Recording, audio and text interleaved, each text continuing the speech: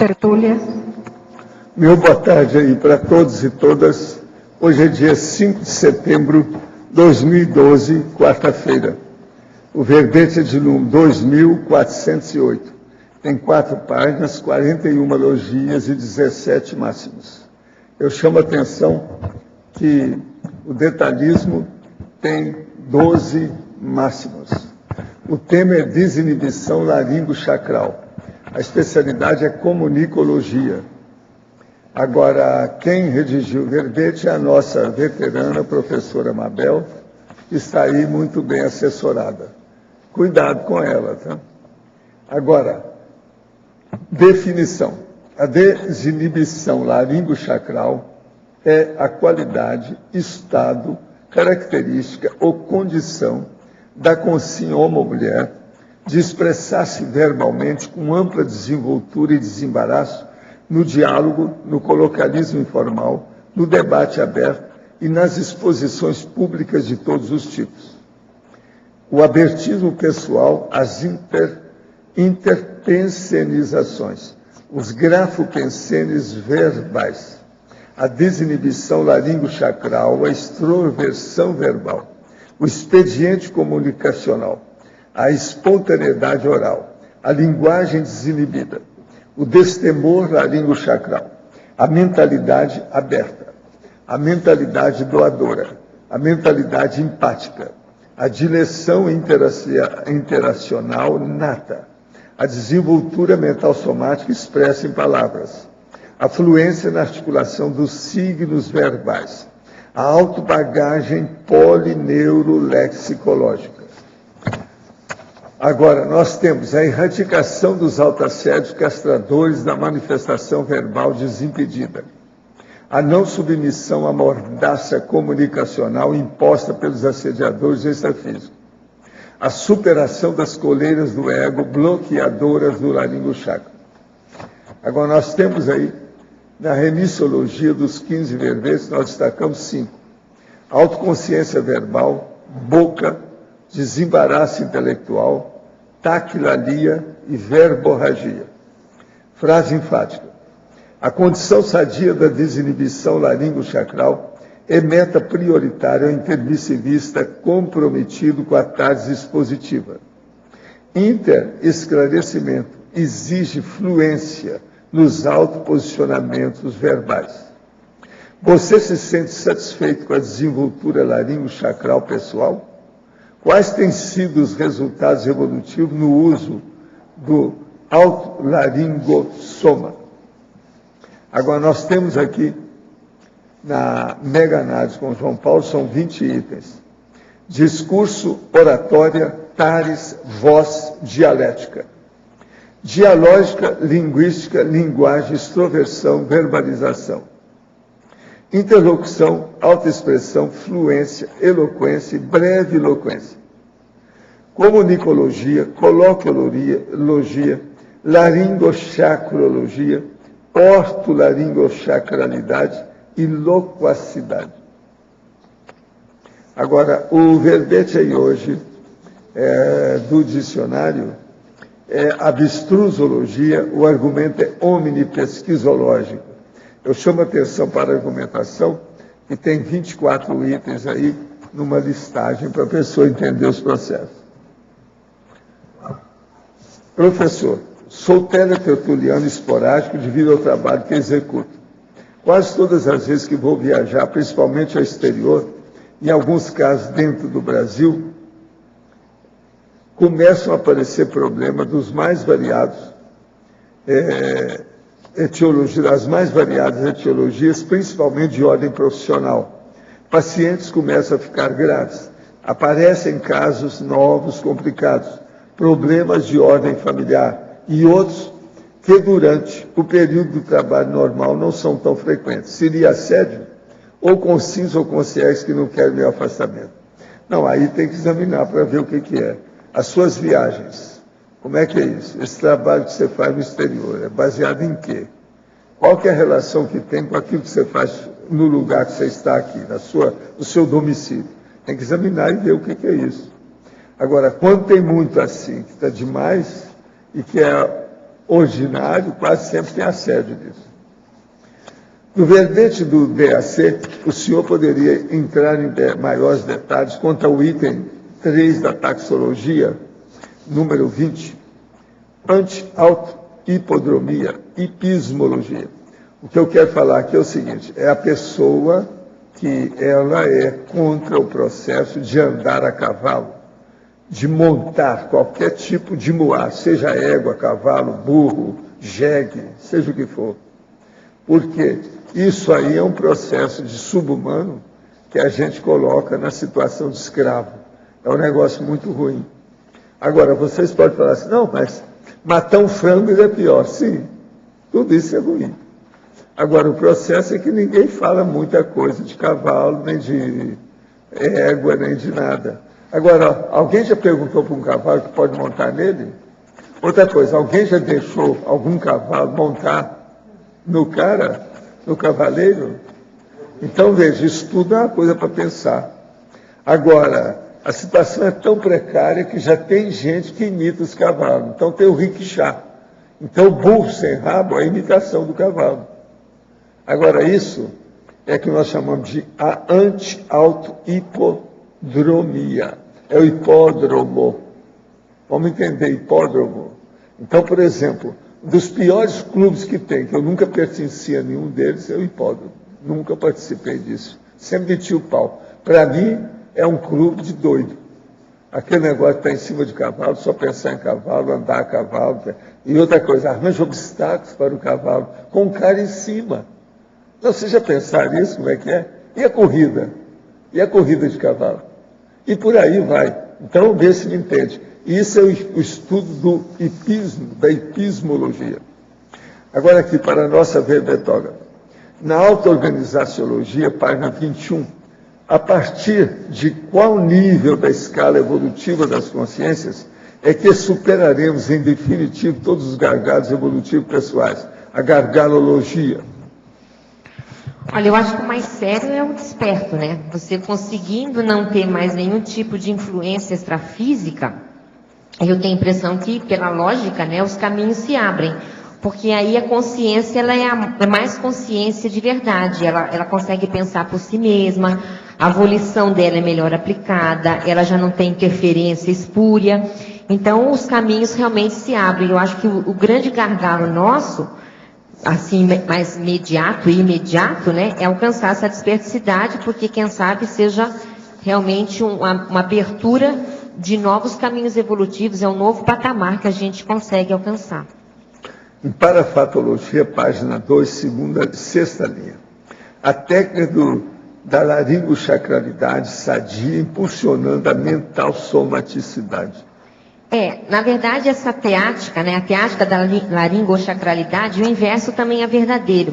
Eu acho que há um sinergismo, que é assim, se o mental soma flui, as palavras também fluem. E se as palavras fluem, o mental soma flui mais. Então, há um sinergismo entre você falar e trabalhar com as ideias, com a mental somaticidade e o inverso. Então, o ato de falar, inclusive, ele é um ato reeducativo, né? Às vezes é um ato até de cognitivo, de pensamento. A pessoa, ela pensa e, à medida que ela vai falando, ela aprofunda o pensamento. Então, é muito importante essa laringosacralidade sadia no sentido da mental somaticidade.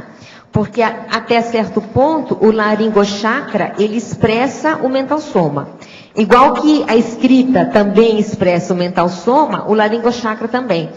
Não quer dizer que se a pessoa é muito quieta, ela não tem um grande desenvolvimento mental somático, não é isso que eu estou falando. Mas é uma ferramenta. O laringochakra é uma ferramenta não só para ajudar o outro, mas também para o próprio falador, vamos dizer, a pessoa que fala, do ponto de vista da mental somaticidade pessoal. Agora, Principiologia, página 2, primeira linha. Poderia ampliar o princípio da escrita ser superior à fala, do ponto de vista da autorrevesamentologia? Porque a gente tem aquele velho ditado, né, que as palavras voam no vento. Falar é muito importante, inclusive é o tema desse verbete. Mas do ponto de vista do autorrevezamento, não é o ideal só falar. Então, por exemplo, uma pessoa intelectual, Não é ideal que ela só dê aula, palestras e cursos. Por quê? Porque do ponto de vista do autorrevezamento, isso não vai ajudar. O que vai ajudar é deixar uma obra escrita e que ela possa encontrar essa obra na próxima vida. Então é por isso que a gente colocou aqui, para lembrar que a desinibição laringochacral, ela é muito importante, mas ela não pode ser única. A gente não pode ter, por exemplo, o ideal é que a gente não tenha, por exemplo, na CCCI, sei lá, 300 professores e 30 autores. Não é o ideal. O ideal é que a gente tenha 300 professores, 500 professores que sejam, e centenas de autores também. Porque aí essas pessoas vão estar colocando ali o seu grafo-pensene no sentido do autorrevezamento, né? E outra coisa que eu acho que é importante também é, se é que é para a gente ser agente da TARES, se é que isso faz parte da nossa PROEX, eu digo assim, da PROEX, do intermissivista, o ideal é que a gente não fique preso a uma única modalidade tarística. Por exemplo, a fala ou a aula. O ideal é que a gente seja profissional da TARES em todas as variáveis. E aí, no caso, a desinibição laringochacral, ela é super importante, mas as outras ferramentas de comunicação também. Então, não pode ser só monodotado, nesse sentido de comunicacional, né? O agente da TARES, ele tem que ser polivalente, no caso da comunicação propriamente dita. Isso tem a ver também com o que eu escrevi, a gente colocou aqui na frase enfática, né? Que a condição sadia da desinibição é meta prioritária ao intermissivista comprometido com a TARES expositiva. Interesclarecimento exige fluência nos autoposicionamentos verbais, que é no dia a dia, né? Fatologia, página 1, final da 4ª linha. Como podemos aumentar e otimizar nossa autobagagem polineurolexológica? Poderia nos falar mais da catarse laringochacal, linha 9, e do catafunho verbal, linha 2? Então, o gatafunho, vou começar é que nem a garatuja, né? A garatuja é aquele desenho mal feito, que às vezes a criança faz, é um desenho mal feito. E a gente pode fazer metaforicamente o gatafunho, ou a garatuja verbal, que é a pessoa que balbucia, é a pessoa que fala errado, é a pessoa que não fala bem as palavras, é a pessoa que não sabe criar uma frase correta no dia a dia. Então ela fica com aquilo que a gente chama de gatafunho verbal, né? Ela balbucia alguma coisa. A catarse, que é a segunda que você me perguntou, é que a gente sabe que falar é até um método terapêutico, né? Então, por exemplo, se a pessoa ela tem algum processo pessoal, está com algum recalque, algum problema, alguma dúvida, alguma dificuldade, se ela não expõe isso para alguém que ela confie, pelo menos, a probabilidade de ela se intoxicar é muito maior do que aquela que fala. Então, do ponto de vista de saúde, a gente não pode dizer que um seja menos pior do que o outro. Mas, provavelmente, quem fala, ele está mais saudável do que aquele que se intoxicou. Quem está perguntando isso é o doutor Eduardo Dória. Você sabe, ele é otorrinolaringologista, lá de Curitiba. É ele que está perguntando aí. Agora, tem mais outra pergunta dele. Tem ainda, professor, Dá até a primeira sobre polineurolexológica. Então, só voltando nessa catarse, então a pessoa que fala, ela expressa, e às vezes aqueles nódulos emotivos, aqueles nódulos energéticos que ela estava guardando, sai na fala. Então a pessoa se sente melhor, né? Ela fez uma catarse. Não quer dizer que a gente vai sair falando, né? Achando que todo mundo tem obrigação de nos escutar. Mas também não podemos nos intoxicar tanto, ou eventualmente quando isso acontece.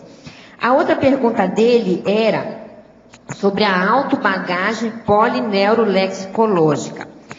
Aí o que é esse léxico? Léxico é o volume de dicionários cerebrais que a gente tem na nossa cabeça, que seria o neuro, né? Polineurolexicológica. Como é que a gente aumenta isso? Lendo, indo no Holociclo. A gente tem o Holociclo, por exemplo, que tem 6.000 dicionários hoje. Não tem lugar melhor para a gente aumentar essa autobagagem do que ali. Agora, é importante que todos nós comecemos a ter o hábito de ler dicionário. Ler dicionário assim do começo ao fim. Porque isso também vai ajudar nessa bagagem. E mais ainda, aplicar a palavra nova. Todo dia você pode aplicar uma palavra nova que você aprendeu. Vai fazer um verbete? Coloca uma palavra que nem você sabia que existia, mas que você aprendeu na sua pesquisa. Que é uma maneira de também aumentar essa autobagagem. Agora, é claro, quem é na área da comunicação mais consistente, deveria ou deve ter esses dicionários cerebrais mais ativos e mais desenvolvidos. Porque a pessoa se expressa a partir de palavras. Então, se falta a bagagem, falta maneiras de se expressar. Então, ela fica lacunada do ponto de vista do conteúdo e do ponto de vista da forma. Por isso que o professor Valdo fala tanto de lexicologia, né? Dessa necessidade. Até porque quando a gente estuda uma palavra, é como se a gente fizesse um autodesassédio daquela palavra. Aquele conceito vem para o cérebro. E aquilo fica mais claro, fica mais nítido, e a gente compreende melhor o conceito. Tem gente que tem complexo de inferioridade com o dicionário. Então o cara que chegou para mim, professor, você é maníaco com esse negócio de dicionário, você fala demais nisso. Falou para mim. Não se pessoal, fala obrigado, muito. obrigado. Agora, professor, não Vou se fala muito. Vou continuar com a minha mania. Não se fala muito dicionário nas escolas e nas faculdades. Não se fala, não se tem porque ainda esse a maioria ensino. não lê dicionário, nem consulta dicionário, eles têm preguiça. Então agora, ele tem essa aversão aí. Ainda tem uma pergunta. Quais são os efeitos cumulativos da desinibição laringo-chacral homeostática no saldo da ficha evolutiva pessoal? Efeitologia, página 2, quinta linha. Pois é, imagine uma pessoa que saiba usar o laringochakra bem. E ela sabe fazer isso, ela vem fazendo isso há várias vidas. Então, o acúmulo de expressões e de esclarecimento possível é muito maior. Sabe nada sobre gatafunho? Começa por aí.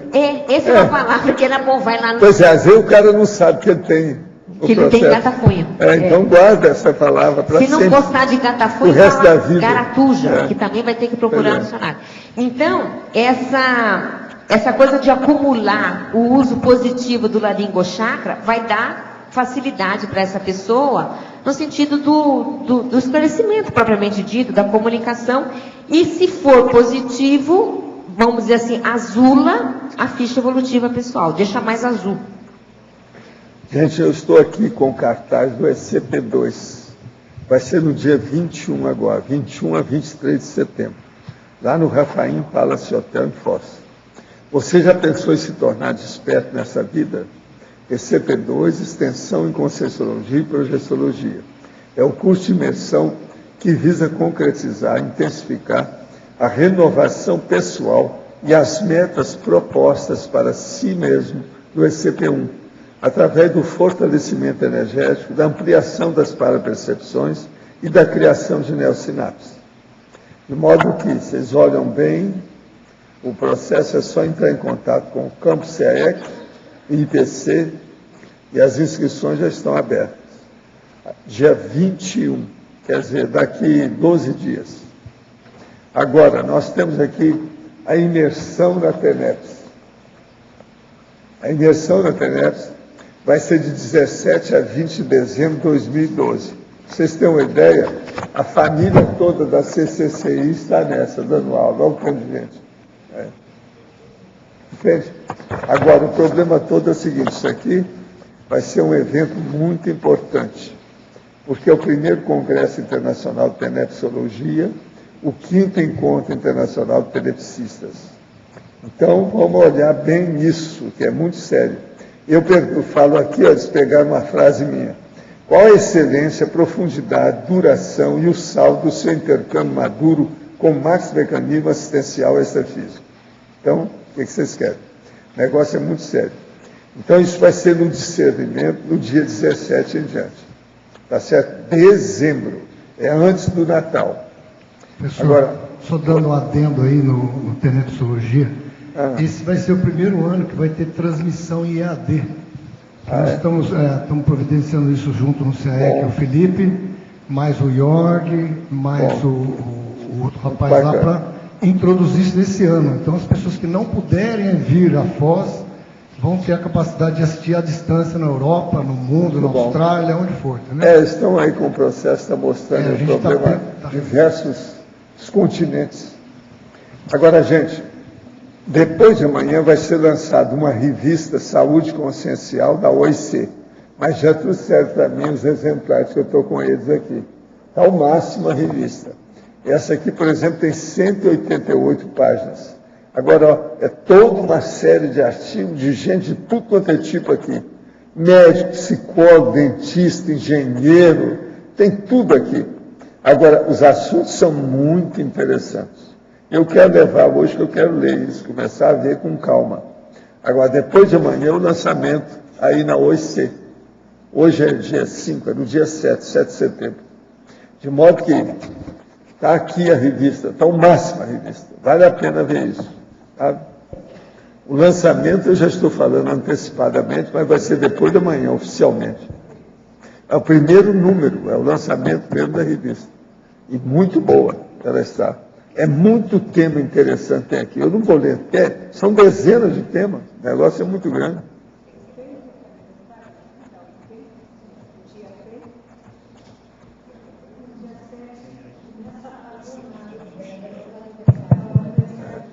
O aniversário da OIC no dia 6, tá? Vai fazer 9 anos agora, mas o lançamento da revista vai ser no dia 7, tá? Mas, agora, o Ivo lá é que é o chefão aqui. É ele que apresenta aqui, o redator grandão da história. O editor, ele é o editor-chefe. É o editor da Saúde Consciencial. Sei lá. Está muito boa a revista. Beleza. Ao máximo. Agora, Arlindo, eu entrego então a professora Mabel a você. Tá bem. Mabel, na parafatologia, a quinta linha, a xenoglossia. A xenoglossia é um fenômeno de falar vários idiomas, que não se sabe exatamente como que é, mas é esse processo. Que tem, até certo ponto, tem um crescendo, né, do transe parapsíquico, da psicofonia e a xenoglossia, né, que é um fenômeno.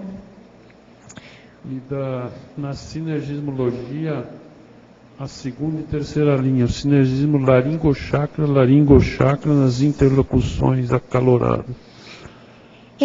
Existe vamos dizer assim, um rapport, né? Ou pode haver um rapport, um acoplamento áurico, vamos dizer, o energético, chakra a chakra, quando as pessoas estão ali conversando, né? Então, isso dá um sinergismo. E se forem duas pessoas que falam, que são assim, fluentes, que são desinibidas, você se segura, porque o falar de uma alimenta o falar da outra. E aí fica aquela coisa de, né, quem fala mais. Então, existe isso do processo da própria pessoa, que ela é impulsiva, mas tem o problema energético também, né, de fazer um acoplamento de várias pessoas, várias mulheres que falam muito, juntas. Aí você toma cuidado. Tá, ok, obrigado. Mabel? Pois não. Aqui no A, página 2, na efeitologia, o primeiro efeito, os efeitos da desinibição laringochacral na liderança grupal. Que você é uma desinibida laringochacral, a gente sabe, né? Você tem essa também, influência, né? Menos que você. Queria que você pudesse aí falar desse efeito. Desculpa, fala. Falar desse efeito e nos dar umas dicas de como é que você trabalhou essa questão. Você sempre foi assim, já é paragenética? Como é que você foi aperfeiçoando a sua desinibição laringochacral? Não, isso aí, que nem disse a Melissa esses dias, né? Eu sou assim desde que eu me conheço por gente, né? Sempre foi assim. Eu nunca tive, vamos dizer assim, dificuldade para falar. Até pelo contrário, se é que eu tenho uma dificuldade, é uma dificuldade mais para ficar quieta. Com a idade, né, a gente vai melhorando, vai aprendendo, realmente acho que hoje estou melhor. Mas eu lembro que quando eu era pequena, que eu era na escola, eu dava muito trabalho para os professores. E eles costumavam me colocar para olhar o lixo, porque eu falava demais na sala, e eles então tinham como um castigo, eu tinha que ficar na ponta da sala olhando o lixo.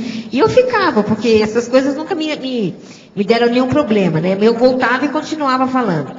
E aí eles me davam as outras coisas. Eles falavam assim, agora você vai escrever 200 vezes em francês, não vou mais conversar em sala de aula.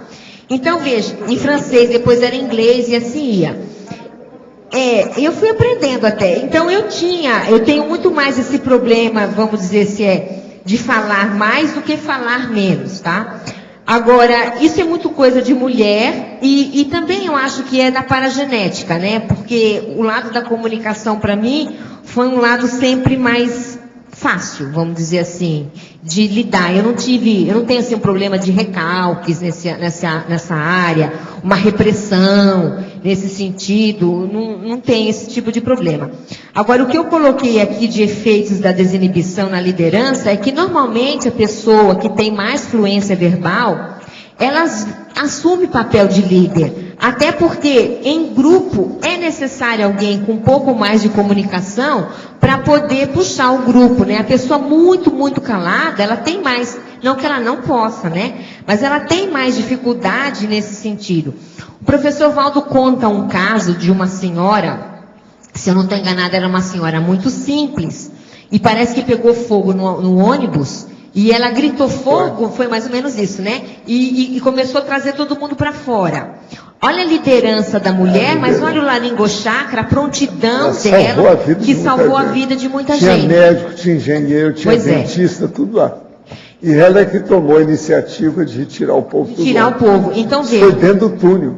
Dentro do túnel. Então, veja, é a liderança dela, é a força presencial, mas ela é a desinibição do laringochakra também de verbalizar uma ação. Ela falou essa fogo. Senhora tinha só o curso primário. Uma senhora, né, que não tinha muito estudo. Mas sabia servir os outros e ter ideia. Ter iniciativa. Tem iniciativa. Normalmente as pessoas da área da comunicação, elas têm mais essa preocupação, até porque elas estão acostumadas a lidar com gente. Então elas não são uma pessoa de gabinete, né? Elas são pessoas mais do público. E isso faz com que a gente desenvolva isso. Eu acho que no nosso caso aqui, que foi a pergunta da Eliana, a grande maioria aqui fala muito, né? É professor e está em sala de aula. Mas, eventualmente, existem pessoas que, por exemplo, chegam aqui na tertúlia, estão aí, sei lá, 8 anos vindo na tertúlia e nunca fizeram uma pergunta, e nunca fizeram um questionamento, parece que não tem dúvida. E, no entanto, se você vai conversar com essa pessoa, assim, a petit comité, é uma pessoa que tem uma densidade de informação. Ela poderia estar dividindo muito mais isso com as pessoas, e ela não faz isso, às vezes por uma inibição. Então, é um mini trafar que esconde a potência consciencial que está ali atrás das palavras não verbalizadas, né? E isso eu acho que é uma pena, porque a gente perde, o grupo perde, ela perde, mas o grupo também perde. Esses dias eu estava vendo o André Abes apresentando aqui, né? Domingo ele apresentou, se eu não me engano, era autoconsciencioterapia verbetográfica. E ele estava contando um pouquinho da história dele do ponto de vista da inibição. Ele, para mim, é um baita de um exemplo nosso aqui, da CCCI, de uma pessoa, eu não sei se ele está aí, de uma pessoa que ele está mostrando quem ele é, tudo que ele sabe, a bagagem dele, porque ele está enfrentando, e já enfrentou, e já superou, essa dificuldade inicial que ele tinha de se expor. E hoje, gente, devagarinho, ele já tem 5 verbetes defendidos. E tem gente que fala muito e tem menos. Então, veja, como é que é isso? Como é que é o uso do laringossoma? Não que quem fale mais teria que ter mais verbete. Não é isso. Às vezes a pessoa está com outras prioridades. Mas veja, como é que é o uso profícuo do nosso laringossoma? Porque é uma ferramenta, né?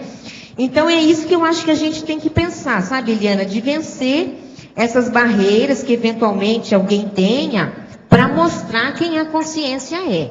E aí ela cresce. Oi. Saiu uma reportagem na revista Vida Simples sobre as pessoas que são introspectivas, são introvertidas. Uma reportagem muito interessante sobre isso. Não sei se você teve a oportunidade de ler. Não vi. São essas pessoas, você deu exemplo, eu lembrei. São pessoas que produzem muito e falam pouco. pelo menos contrabalança, né? Exato. Agora, o ideal é que a gente saiba ser introvertido, normo e extrovertido, né? Na hora correta, na hora certa. A reportagem é muito interessante. Eu queria fazer uma pergunta, eu gostaria que você falasse um pouco sobre o ato de falar sozinho, está na parafatologia, não? Agora, em numerologia. São duas coisas, o falar a sós e a fala hipnótica. O falar a sós não é só sozinho, né? Às vezes você fala só com uma pessoa, você fala naquele petit comitê. Ou o falar sozinho é um limite, é um borderline, né? Porque pode ser que a pessoa esteja ali entrando num processo mais patológico, né? Agora, eu conheço pessoas que elas não conseguem escrever sem falar antes. Então é assim, ela vai falando e à medida que ela vai falando, ela escreve. E parece uma coisa assim meio discrepante, mas é porque ela não consegue fluir o pensamento sem ela escutar a própria voz. Então é uma técnica que ela usa. Eu, inclusive, tenho alunos que usam isso porque eles não sabem escrever e eles conseguem falar. Então eu falo assim para eles, me conta uma coisa, o que você quis escrever aqui que você não conseguiu, né? Aí eles falam, professora, é muito simples, eu queria falar isso. Eu falei, então por que você não escreve isso que você falou? Ah, é mesmo. Aí eles começam a conversar, mas esse, obviamente, não é o ideal. O ideal é que a pessoa, ela consiga com o tempo, mas isso acontece muito, muito. Ela agrada, espera. Mas com o tempo ela vai desenvolvendo, porque isso tudo é um treino, né? A pessoa vai treinando. Então, é nesse sentido aqui.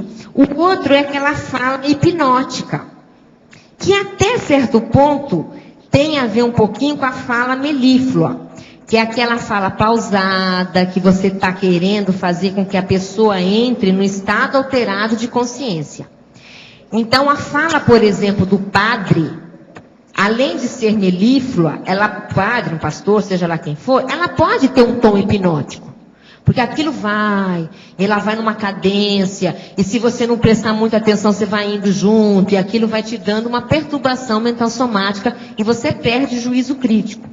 Então é disso que a gente está falando aqui na enumerologia. Como o indivíduo pode estar mais seguro para a apresentação de seminários, falando com mais autoconfiança? Poderia relacionar essa postura de autoconfiança com as energias do indivíduo? Sim, tem tudo a ver, né? Se a pessoa ela é muito insegura em algum aspecto, em alguma área, a probabilidade dela estar enfraquecida nesse momento energeticamente é muito grande. Agora, como é que a gente supera isso? Supera, gente, primeiro, preparando uma boa apresentação. Então, por exemplo, uma pessoa insegura, o ideal é que ela não faça aquela técnica do NHS que a gente brinca, que é a técnica, na hora sai, né? Você fala alguma coisa na hora. Não. Essa pessoa ela não pode usar essa técnica. Ela tem que se preparar, ela tem que criar slides, ela tem que aprofundar o tema, ela tem que estudar o tema. Por quê? Porque ela vai ter mais léxicos, mais associação de ideias, mais possibilidades de argumentação, o que vai lhe dar mais segurança. Ela vai ensaiar. Então é muito comum isso, né? Você vai apresentar um trabalho na escola, você ensaia, mas não só ensaia, você estuda antes. Prepara-se muito bem. Porque aí as ideias vão brotar, porque você tem bagagem, conteúdo para jogar. Se a pessoa não tem conteúdo para jogar naquela hora e ela é insegura, a probabilidade é que vai dar um branco mental enorme. Em função até do próprio nervoso. Então, tudo isso tem que ser levado em consideração. Existem cursos, né? Cursos de como falar em público e tudo mais, que a pessoa é gravada. Eu acho que se a pessoa tem dificuldade, vale a pena fazer esses cursos para poder se auto-enfrentar. Que é o curso de oratória. Eu tive alunas que fizeram esses cursos, eu estava nesse curso, e elas tinham muito medo de falar. Elas começaram a falar de costas. E aí, devagarinho, elas foram se empolgando. Quando você viu, ela já tinha virado de frente, já estava conversando. Então elas se auto-enfrentaram e viram que não é tão difícil assim, né? É uma espécie assim de sensibilização que a pessoa faz perante a fobia que ela tem. Então esse auto-enfrentamento faz isso. Chega um dia que ela não se importa mais com isso e ela pode falar normalmente em qualquer ambiente que vai dar tudo certo. Hoje não consegui estabilizar o EV na parte da manhã. Acordei às 5 horas da manhã, geralmente acordo às 6h30. A falta de sono pode influenciar e não formar o EV? Aí pode, mas aí é preciso ver também se não tem assédio nessa história. É preciso ver o que se passa. Tem muita análise para ser feita. Agora, a verbetógrafa. Poderia falar sobre a ligação positiva e negativa do contexto da desinibição laringochacral e da habilidade? E como podemos usar isso assistencialmente? A gente tem que lembrar que o processo da fala, ele é fruto do mental soma, ele é fruto das emoções e ele é fruto da energia. Então veja, se há um desequilíbrio em algum desses componentes do holossoma, né, que é a própria cognição, a energia ou a emoção, provavelmente o laringochakra, ele não vai conseguir se expressar da mesma maneira ou da maneira mais saudável. E aí vem essa coisa dessa pergunta, né, do lado negativo e do lado positivo. Tanto é que na minha exemplologia a gente coloca, né, a desinibição sadia, a homeostática e a desinibição patológica. E é até bom falar, porque esse tema, gente, desinibição, ele é neutro. Não quer dizer que ele seja sempre positivo, né? Precisa ter um discernimento por trás e, vamos dizer, um mínimo de rigidez holossomática razoável aí, para que as palavras saiam corretas, o conteúdo correto, a intenção qualificada e por aí vai. Então eu acho que a questão é checagem, né? Essa checagem do holossoma, para que não seja o negativo, mas para que seja a desinibição sadia. Gente, eu queria chamar a atenção que na revista Saúde Consciencial tem um artigo antidispersidade proexológica na terceira idade. Agora, da professora Anália Maia. Vocês sabem quem é essa, né? Sabe quem é? Agora, então, como é que é? Ela está lá em cima, lá, por isso que eu estou falando dela. Ela é rara a gente ver por aqui, então por isso que eu estou falando. Agora, ó, é interessante isso aqui, a antidispersidade na terceira idade. Vale a pena ver isso. Professor, sim. Eu vi muita conexão desse verbete que a Mabel nos traz com o final da sua mini tertúlia hoje, quando você fala da importância da interlocução para atrairmos as pessoas que nós precisamos assistir e principalmente utilizarmos o voluntariado para isso. Né? Você terminou a tertúlia hoje falando isso. E aí a Abel nos agracia com esse bastante providencial verbete. Então, Abel, nesse sentido, na interaciologia, na página 3, eu queria que você explorasse mais a interação cognitiva dialógica. Essa interação cognitiva dialógica é justamente a interlocução em bases mentais somáticas, né? Então é de você trabalhar os diálogos no dia a dia, mas com um processo cognitivo mais denso. A gente pode ter uma desinibição, por exemplo, laringochacral, gente, sem conteúdo. E você pode ter uma desinibição laringochacral com conteúdo. O ideal é que exista essa desinibição com conteúdo. E os diálogos, eles fazem aí, se for com conteúdo, essa interação cognitiva. É a cognição de uma pessoa que entra em contato com a cognição da outra, e essas cognições elas vão se somando e ideias novas vão surgindo. Então a interlocução ela é importante justamente porque é um encontro, um ponto de interseção entre o mental soma de uma pessoa e o mental soma de outra pessoa. Se a pessoa fala pouco, ela não se permite esse encontro. O encontro do meu mental soma com o mental soma do outro. Você pode fazer isso na escrita, mas o feedback não vem. Né? Você joga a sua cognição para o leitor e não necessariamente o leitor vai te dar imediatamente o feedback dele. Isso só é possível na interlocução. E por isso que ela é rica. Ela é rica porque você divide seu mundo pessoal com o mundo do outro. E aí todo mundo cresce. E é dialógica por causa disso mesmo, sabe? Porque é um ping-pong, é um vai e vem de ideias que todo mundo cresce.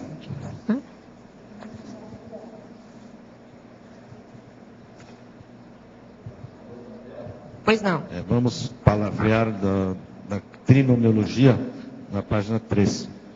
Queria que você ampliasse os dois trinômios, parlenda, logomaquia e vaniloquência, que na realidade eu acho que significa a mesma coisa. Né? É praticamente a mesma coisa. A vaniloquência é um pouco diferente, né? Porque a vaniloquência é o discurso sem conteúdo, vão.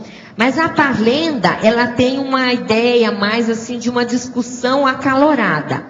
E a logomaquia é uma disputa mesmo. Aí você tem aquela história de alguém querer ganhar nessa discussão. Obviamente, esse trinômio, gente, é um trinômio nosográfico, né? A parlenda, a logomaquia e a vaniloquência, elas são contextos negativos, tá?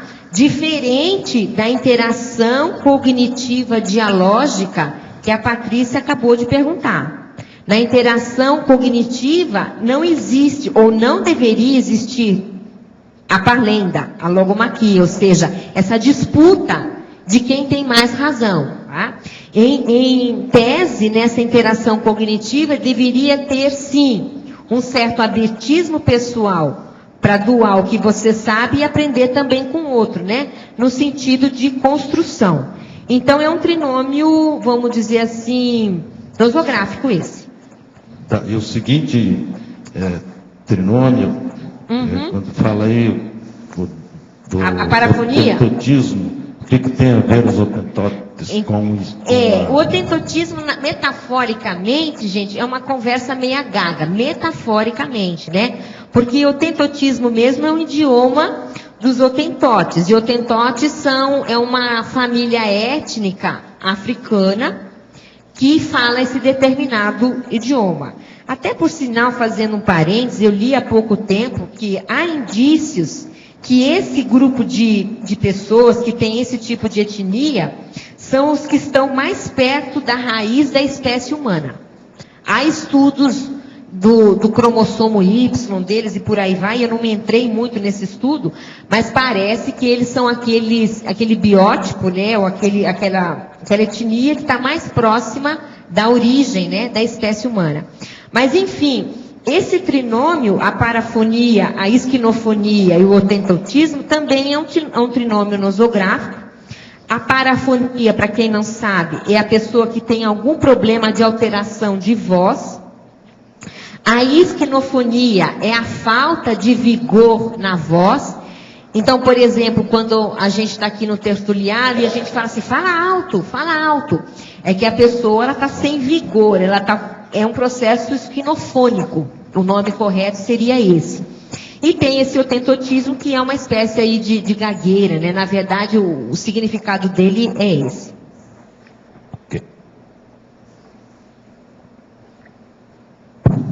Mabel. Pois não. Página 2, parapatologia. Açucaração das coleiras do ego bloqueadoras do laringochakra. A terceira linha. Fala um pouco. Então, por exemplo, o que seria uma coleira do ego? No caso, no sentido do laringochakra. Vamos pensar, por exemplo, uma pessoa muito imersa no holopensene religioso.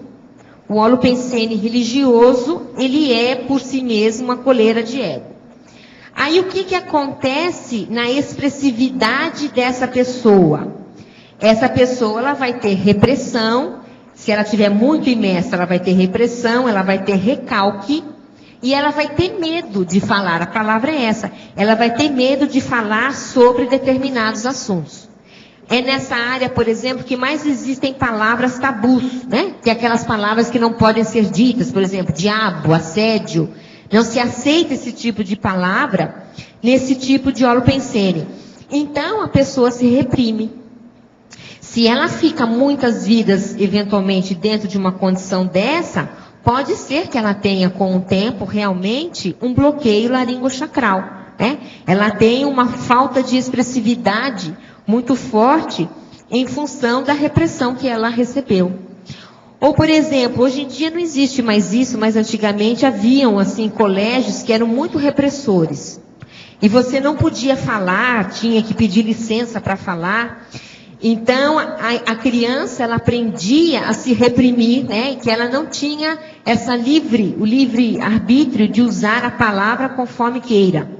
E pode isso, com o tempo, reprimir essa consciência se ela for suscetível, né? Se ela não for suscetível, não. Mas se ela for suscetível a esse tipo de repressão, pode ser que com o tempo ela tenha muita dificuldade de se posicionar publicamente, de falar o que pensa, né? Outra coisa, por exemplo, as mulheres. Antigamente também elas não tinham voz. Elas tinham que ficar um pouco mais submissas aos que os homens falaram.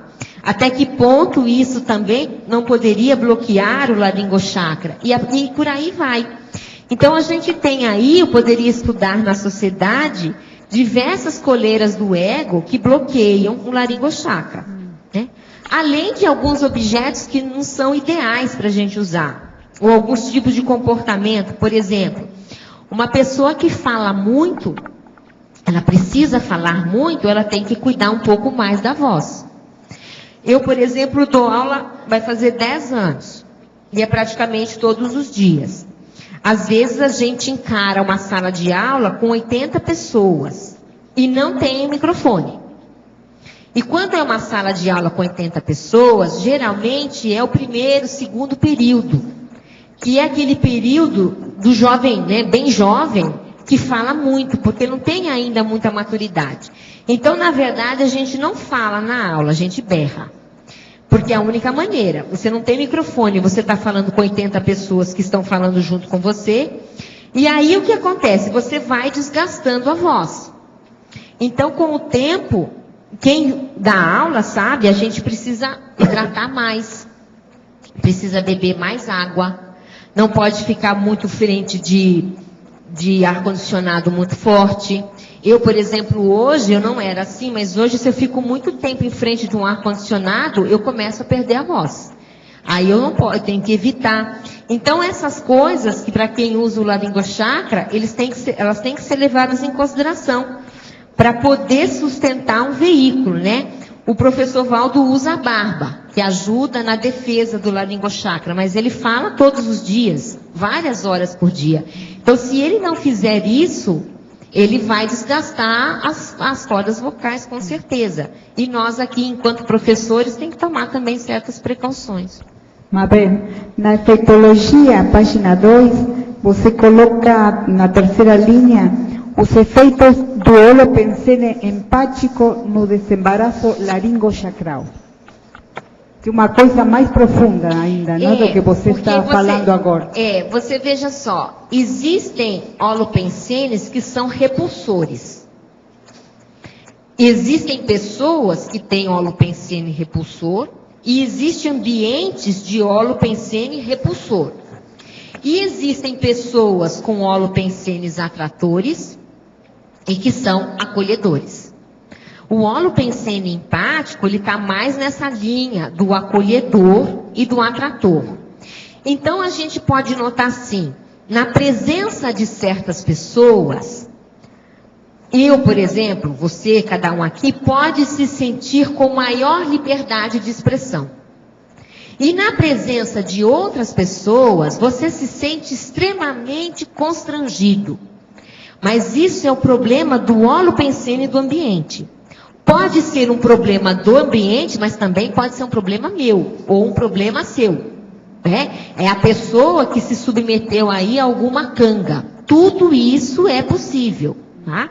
Então, é preciso estudar. No caso do holopensene empático, se há empatia entre grupos ou entre pessoas, a probabilidade do diálogo ser mais fluido ou fluente é muito maior. Então, veja, nosso ambiente aqui, ele tem um holopensene empático. Ele é empático, as pessoas se expressam, elas têm mais liberdade, elas se sentem melhor, é um ambiente limpo, o óleo pensene é positivo. E aí o que acontece? A pessoa se sente mais tranquila em falar. Criativo também. Mais criativo, mais neosináptico. Então a gente também tem que estudar a força do óleo pensene no laringochakra individual. Tem, a respeito disso, na parafatologia, terceira linha de baixo para cima, tem o item as achegas extrafísicas assimiladas pelo orador parapsíquico, lateropensenologia. Isso é muito comum aqui na CCCI, deve ser em vários ambientes, mas eu vou falar da CCCI, que são os professores de Conscienciologia, que eles relatam assim, eu entrei em sala de aula, e eu estava falando sobre um determinado assunto, mas aí eu falei, tive uma ideia genial naquela hora, uma coisa que eu nunca tinha pensado antes, e aí eu falei, e aquilo impactou a turma, e etc. Então, provavelmente, né, a hipótese de que isso tenha sido uma inspiração extrafísica, e ela está funcionando aí como uma espécie, ainda que seja rudimentar, de um látero pensene.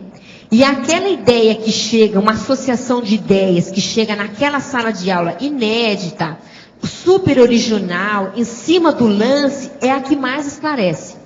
E aí o professor sai da sala de aula e fala, gente... Aí fala assim, mas como é que você pensou isso? Eu falo assim, eu não sei como é. O professor fala, não sei, me veio aquela ideia na hora, eu mesma achei surpreendente, né? A ideia que eu tive, mas não é necessariamente só dele, né? Pode estar ali funcionando a lateropensenidade aí, algum amparador, alguma consciex que está auxiliando o trabalho de esclarecimento daquele professor.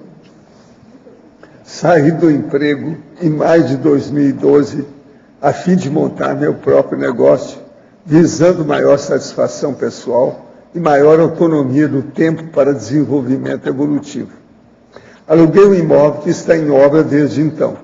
Mas o empreiteiro que contratei para executar a obra não consegue cumprir prazos, se desorganiza nas tarefas, desperdiça material, mente e contrata outros trabalhadores desqualificados, tornando o ambiente da obra muito impróprio. Já foi pago todo o valor contratado, o prazo está estourado, a obra está inacabada e sairia muito caro contratar outro empreiteiro. Por outro lado, estou muito desgastado, nervoso, esgotado e me estresso muito com as mentiras e atrapalhadas dessa consciência e, ao mesmo tempo, não consigo fazer assistência para ele e os outros trabalhadores. Gostaria da sua ajuda com algum conselho. Eu vou passar a palavra aqui para um especialista. Tem uma outra atrás dele aí. Olha, você está numa situação bem difícil, que não é muito incomum nos dias de hoje, principalmente pela demanda. Primeira coisa, ele pagou tudo, está errado. Isso aí foi o maior erro. Você não pode, você tem que fazer o pagamento mediante as etapas concluídas. Agora, como fazer? Se tem um arquiteto na obra, talvez seja o caso de ter um advogado agora, porque talvez você tenha que arranjar um amigo para ir lá e fazer um levantamento de tudo. Tem que fazer eu sugeriria que você fizesse uma espécie de uma reunião mais definitiva, fazer o levantamento do que ainda falta, o que isso significa em termos de valores, porque às vezes essa pessoa não tem mais condições de continuar no trabalho. É uma situação bem difícil, mas teria que ter uma parada agora e uma análise de toda a situação, para ver que decisões tomar. Talvez, repetindo, seja o caso de pessoa sair, ou até colocar, sei lá, alguma coisa judicial e contratar outra pessoa para dar termo. Você já está tão desviado, tão, digamos assim, a boca está tão torta lá naquela situação que você precisa ter outra pessoa para chegar lá com outra visão para poder concluir. Porque a coisa pode piorar se continuar assim. O senhor poderia esclarecer qual o processo dos nórdicos junto à conscienciologia e processos energéticos? Olha, eles são etnias e condições igual aos outros mesmo, eu não vejo nada assim de especial. A única coisa que tem é que eu andei trabalhando com o OEM durante muito tempo e depois com a minha mãe. E eles foram para a Finlândia, só isso é que eu sei, assim, de mais sério. Eu estou de olho nisso. Mas eu acho que só vou saber das coisas quando eu dessomar. Agora, qual conselhos que dariam pessoas como eu? Isso aí é para você, viu? Tem dificuldade em falar, em me expor. Quando penso que tem que fazer uma reunião ou falar com alguém, um tema que já sei que é desagradável, meu coração dispara. Choro com muita facilidade. A pessoa é uma senhora em Portugal, tem 45 anos. Não tenho força presencial. Como devo resolver esse trafar? Olha, não tem muita saída, no meu entender, né, que não seja um autoenfrentamento. Então vai chorar, vai espernear, vai tremer, vai suar frio, as mãos às vezes ficam geladas, mas ela enfrenta. Lenço de papel ajuda. Lenço de papel ajuda, né? Porque o que acontece, eu não sou da área da saúde, não sou da área da psicologia, mas o que eu vejo na prática existe um autoenfrentamento mínimo necessário que depois que a pessoa faz várias vezes, ela começa a minimizar o problema. Porque ela vê que falar não é tão difícil assim. Só que o monstro está na cabeça dela. Ela cria o monstro, a gente cria o monstro, né? Dessa dificuldade. Então, esse monstro ele tem que ser diminuído, minimizado. Como é que eu vou fazer isso? Experimentando. Olha, fiz uma vez, não aconteceu nada, só chorei. Mas isso é um problema meu. Aí ela vai tentando, vai chegar uma hora que ela fala, mas isso é bobagem mesmo. É bobagem esse medo que eu tenho de me expressar. E aí ela supera.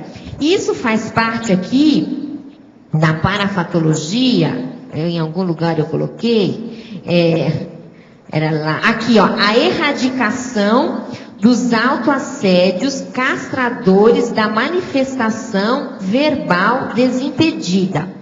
Então veja, nesse caso do que eu estou falando, é um autoassédio mesmo. É uma imaginação assim, muito exacerbada, é uma fantasia emocional que a pessoa cria em relação a esse tema, e aí ela vai ter que se enfrentar.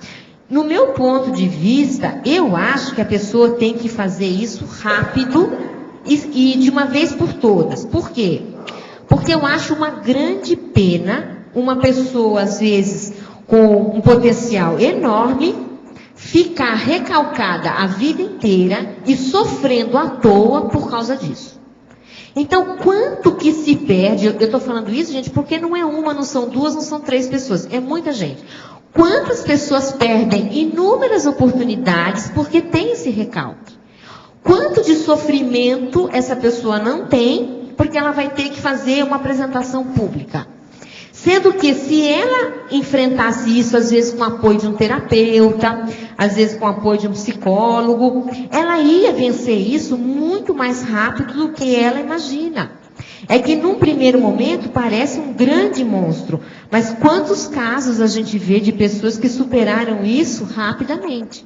E aqui não deixa de existir, é um problema menos na vida dela. Fala.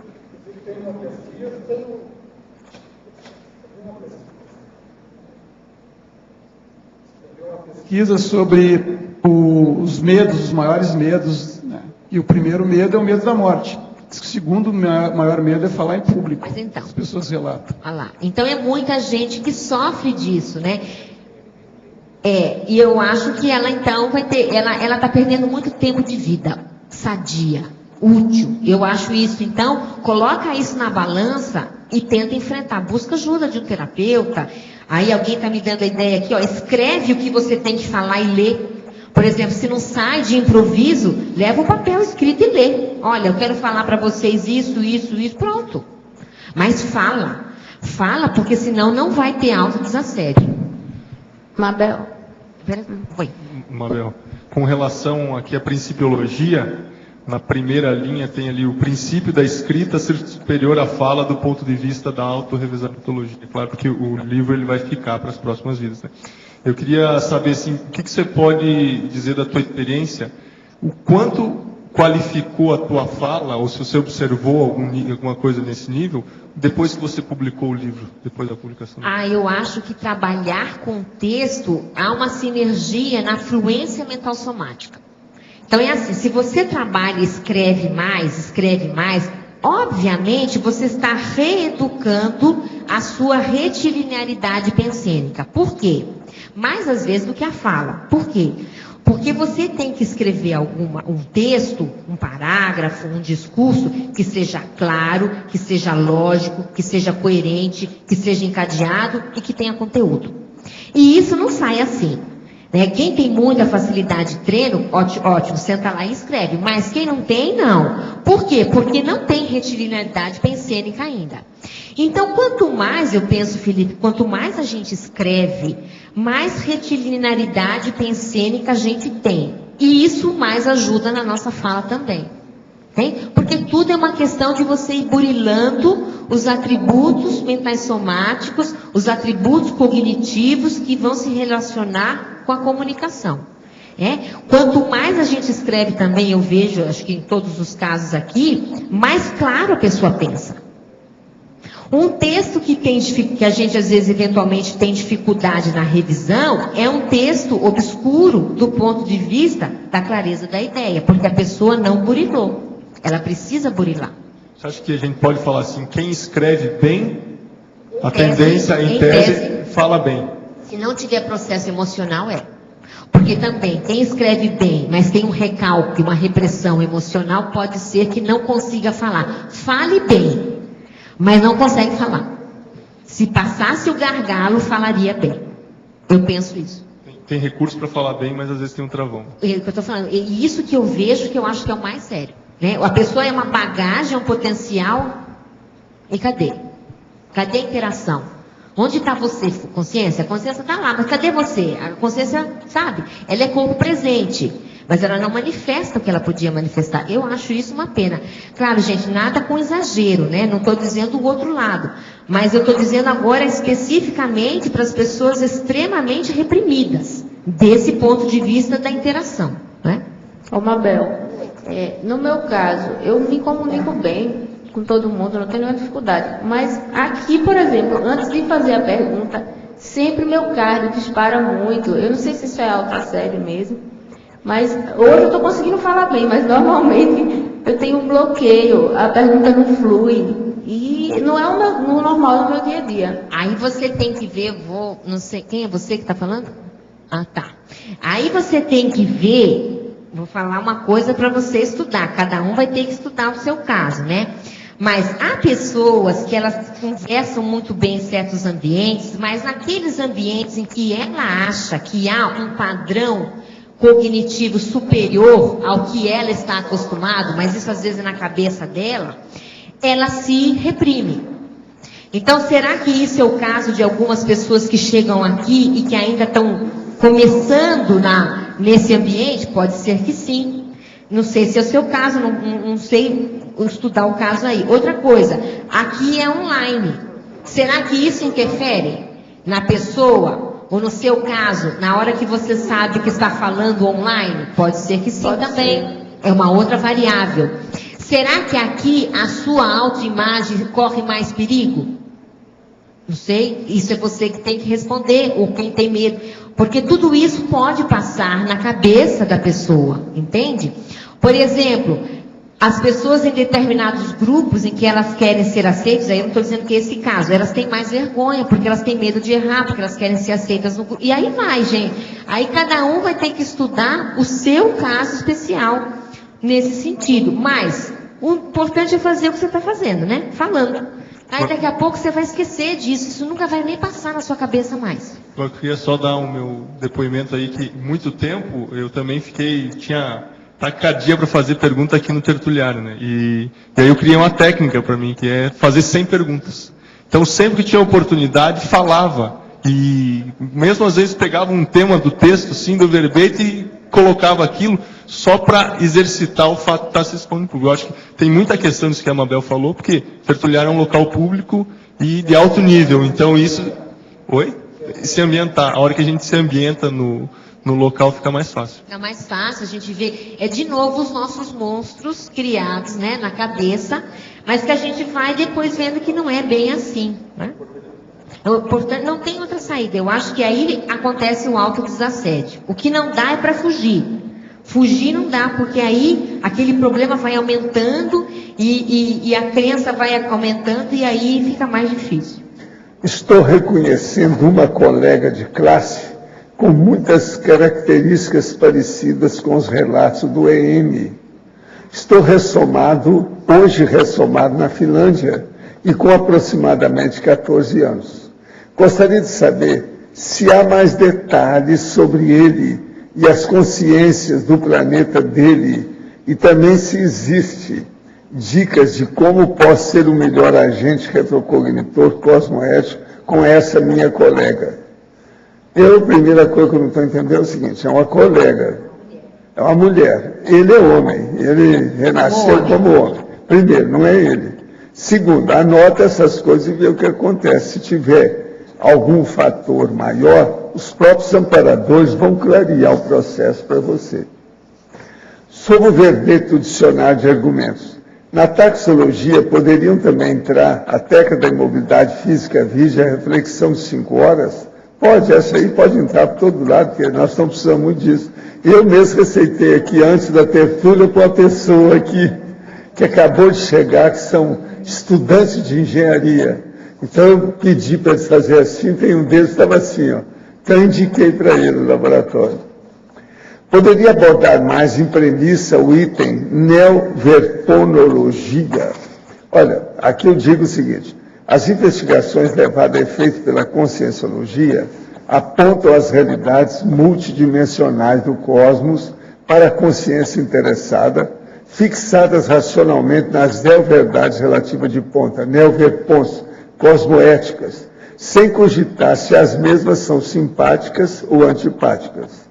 Não escrevo para ganhar dinheiro com as obras. Jamais espero comprar livro que satisfaça todos os leitores e leitoras. Isso é impossível. Consciência significam disparidades. A questão básica da conscienciologia é o combate racional aos mitos multimilenares. Mito é uma ideia adulterada. Fanatismo é pedra intracerebral. Quer dizer, preciso explicar mais o que a gente está falando com isso. Isso é que nós chamamos da impacto-terapia. Agora veja, a impacto-terapia, ela procura fazer isso mostrando a realidade. E é lógico, vai levantar poeira, mas vale a pena. Agora, o que a gente não pode ficar é dentro de uma condição de inércia perante a realidade da evolução do cosmos. Então, esse que é o interesse nosso aqui da neoverponologia, é isso. Agora aqui para você. Sou extremamente tímida, introvertida. Quando preciso falar com as pessoas, sinto tontura, me dá branco. É uma sensação muito ruim. Acabei me fechando mais e mais para fugir dessa sensação. Hoje estou lendo artigos e livros sobre o assunto, pois sei que preciso superar isso. Haveria algum livro ou artigo para me indicar? Eu acho que o melhor para você aí, não só artigo, é buscar uma terapia mesmo. Tem essa cognitiva, que nesse assunto ajuda demais. Por exemplo, você vai fazer ali uma terapia cognitiva e ele vai desfazer essa rede sináptica que a pessoa cria, patológica, do medo. Então você tem que enfrentar, é isso, sabe? Desfazer mesmo essa rede sináptica. Agora, em termos de livros, gente, tem muito livro de como falar em público, como melhorar a fala, curso de oratória. Eu não tenho, assim, um nome nesse momento. Mas se você entrar na internet, você vai encontrar muitos livros de como falar em público. Tá? Li em uma pesquisa que o homem pronuncia 3.000 palavras por dia, enquanto a mulher pronuncia 9.000 palavras. Será que essa pesquisa está realmente correta?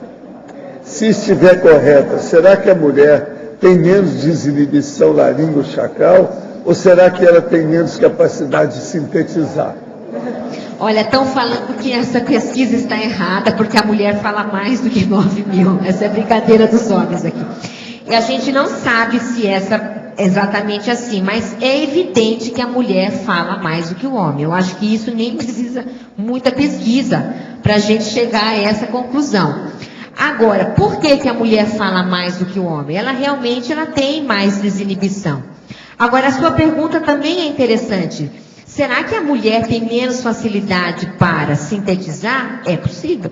É possível que exista essa possibilidade, sim. Será que ela desvia mais? Ou, por exemplo, será que se fala coisas úteis sempre? Eu não sei. Todos esses questionamentos precisam ser feitos, independente dessa coisa de defender um gênero ou outro, né? Mas que o laringochakra da mulher é mais desenvolvido do que do homem, e isso pode ser bom e isso pode ser ruim.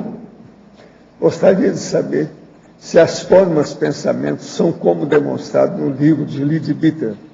No livro ele fala em cores, formas e até cheiros. Isso é verdade ou ficção? Poderia falar alguma coisa? Sim, existe alguma coisa nesse sentido, mas há muito excesso nessas questões de forma-pensamento. Agora, a forma-pensamento realmente pode funcionar, porque há uma materialização do processo, devido à ectoplasmia. E os ambientes, por exemplo, são os holopensênios, as atmosferas, influem naquilo que a gente penseniza. Então, essas coisas têm que ser levadas em consideração. Agora, o que a gente recomenda é que a pessoa estude o processo da clarividência dentro do problema do holopensênio. Isso às vezes ajuda. Professora e verbetógrafa. Na página 2, em Parafatologia, terceira linha mencionada, diz assim: também em tecnologia, citada a técnica da assim, diz assim. Poderia detalhar melhor como funciona essa técnica? Nesta é utilizado apenas o pensamento ou o EV? Não, não é o pensamento, ela é a energia propriamente dita. Pensa assim, metaforicamente, você entrou num pântano. Aí quando você sai do pântano, você está todo agarrado de sujeira. Aí você vai ter que limpar essa sujeira para voltar ao seu normal. É isso.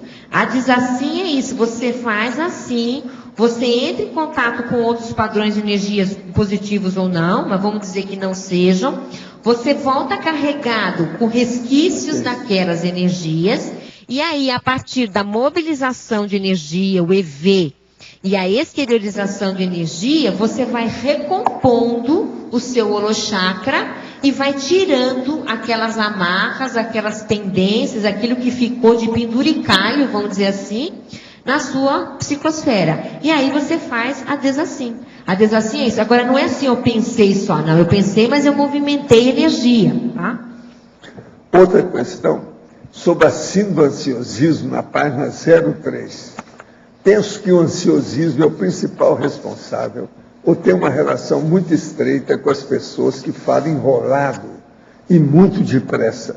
Isso torna a comunicação da pessoa totalmente lacunada. Poderia comentar? É bem possível que exista, sim, um fundo emocional nisso. Essa é uma possibilidade altamente provável. Mas também pode ter um problema cognitivo. A gente não pode esquecer que pode haver um problema neurológico, um problema já que não é só emocional, mas é eventualmente fisiológico, né? A pessoa tem alguma problemática, alguma deficiência, alguma perturbação, que aí já é mais profunda e é física também. Então, as duas coisas são possíveis, sim. A terceira coisa é que ela é, vamos dizer, mal assistida. Então, além dela ter tudo isso, ela tem interferência extrafísica confusa. Tudo isso cria um grande quadro de não comunicação. Participo de um grupo, muitas vezes gostaria de falar mais na hora. Tenho medo de estar sendo arrogante ou que as pessoas pensem que quer saber demais. O que fazer? Eu acho que a gente qualifica a intenção e fala. Qualifica a intenção, porque se há esse perigo, o melhor que a gente faz é qualificar. E aí, se a gente realmente quiser falar para contribuir com alguma coisa, ótimo. Lembrando, né, gente, que, obviamente, nem todo mundo vai gostar do que a gente fala. E nem nós não vamos ser simpáticos a todas as pessoas. E isso faz parte do serviço. Então, eu só acho assim, não deixar de falar algo importante para não ser antipático também não é o correto, né? Então, qualifica a intenção e fala. Estudo para concurso público, mas tem uma dificuldade muito grande relacionada à dispersão. O que posso fazer para acabar com isso? Colocar horários rígidos para cumprir pode ajudar? O que posso fazer? Eu acho isso, que colocar horários rígidos ajuda demais. E não sair. Porque não adianta a gente escrever também no papel, né, a nossa super agenda, super bonita, mas a gente não seguir a agenda. Então tem que seguir a agenda. Agora, essa rigidez tem que tomar cuidado também, porque o ser humano não é um robô. Até um certo ponto, ele às vezes precisa de um pouco de flexibilidade dentro de um padrão. Então faça a sua agenda. Comece devagarinho, uma conquista hoje, uma conquista amanhã, e aí você vai apertando o seu próprio torniquete, a fim de você ir eliminando a desorganização pouco a pouco. Ninguém deixa, no meu ponto de vista, né? Ninguém deixa de ser desorganizado ou disperso da noite para o dia. É uma reeducação holopensênica que exige criação de novas sinapses. Essas novas sinapses, elas não são criadas da noite para o dia, elas precisam de um tempo. Então, a pessoa que está passando por essa reciclagem, ela também tem que levar isso em consideração, que é o tempo fisiológico necessário, natural, para que aquela reciclagem seja implementada, principalmente na questão de organização, né? A gente não muda assim.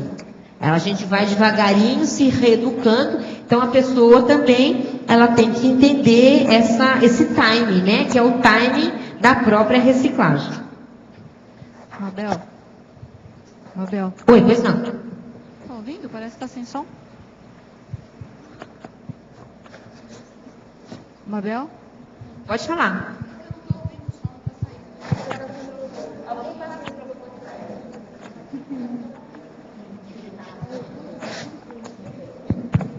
Pronto. Oi. Você tem 3 referências aqui, está me fazendo pensar uma coisa. Na página 1 da patologia, você fala, na terceira linha, a desenvoltura mental somática expressa em palavras.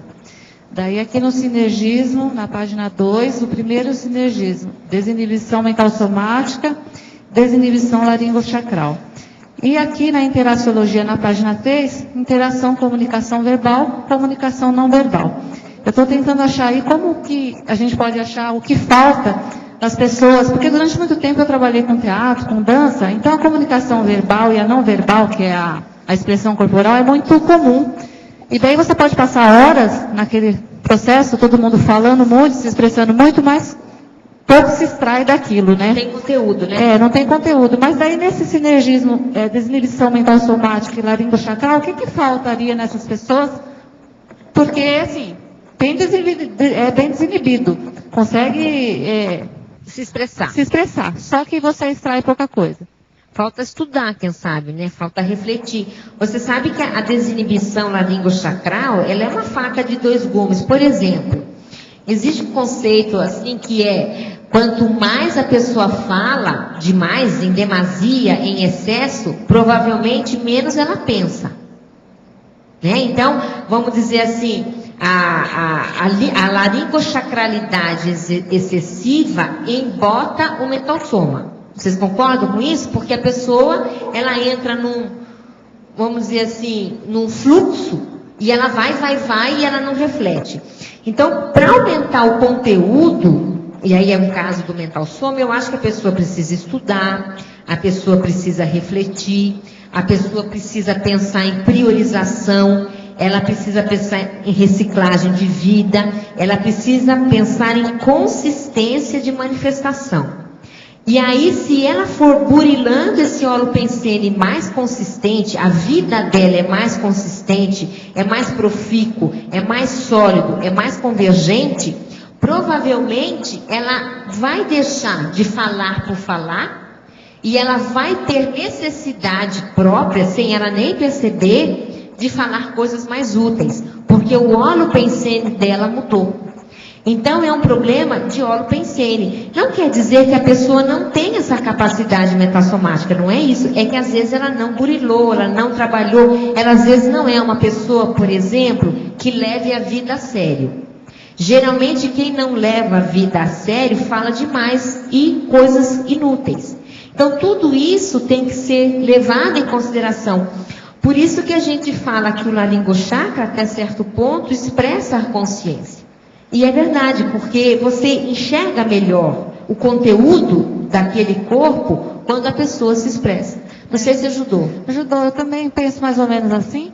E daí isso me faz pensar também que uma das consequências de migrar de um tipo de holopensene, que foi o meu caso, de artes, para um holopensene que te exija mais esse uso dos atributos mentais somáticos, isso pode fazer com que a consciência se iniba e se reprima.